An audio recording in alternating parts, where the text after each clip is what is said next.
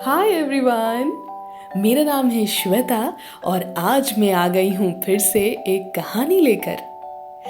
वैसे पिछली बार मैंने खरगोश और कछुए की कहानी सुनाई थी। अगर आपने नहीं सुनी ना तो अब सुन लीजिए।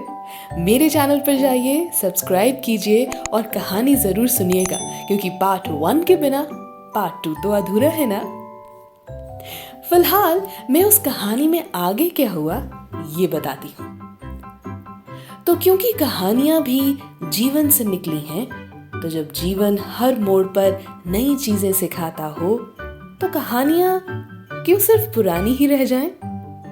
इसीलिए पुरानी कहानी में आ गए हैं 2 ट्विस्ट्स। आइए जानते हैं कि आगे क्या हुआ। तो कछुए से हार जाने के बाद खरगोश ने बहुत सोचा, क्योंकि वो बहुत दुखी हो गया था और खुद के बारे में, खुद के टैलेंट के बारे में सोचने लगा। बहुत होमवर्क करने के बाद वो इस नतीजे पर पहुंचा कि उसने शुरुआत तो ठीक की थी, लेकिन बाद में ओवर कॉन्फिडेंस के चलते खरगोश कछुए से हार गया। खैर, खरगोश ने अपनी गलतियों से सीखा और एक और दौड़ के लिए कछुए को इनवाइट किया। और इस बार खरगोश नहीं हारा, क्योंकि उसने दृढ़ निश्चय से मेहनत की थी, लगन से रेस की थी और हाँ, जीत भी गया था।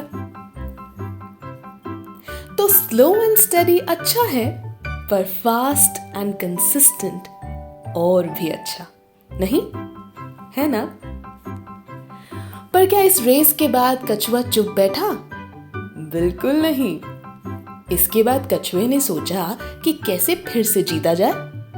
बहुत सोच विचार के बाद कछुए को एक आइडिया आया और इसीलिए खरगोश को तीसरी और आखिरी रेस के लिए बुलाया। खरगोश मान गया, लेकिन उसे नहीं पता था कि इस बार रेस का ट्रैक कछुए के फेवर में था। दौड़ शुरू हो गई। खरगोश आगे चल रहा था, कछुआ दूर दूर तक दिखाई भी नहीं दे रहा था। रेस आधी खत्म हो चुकी थी कि रास्ते में एक नदी आ गई। खरगोश नदी के किनारे रुक गया, सोच रहा था कि नदी को कैसे पार किया जाए कि इतने में कछुआ धीरे धीरे नदी के पास पहुंच गया। पानी में उतरा, तैर कर पार कर गया और दूसरे किनारे पर चढ़ गया।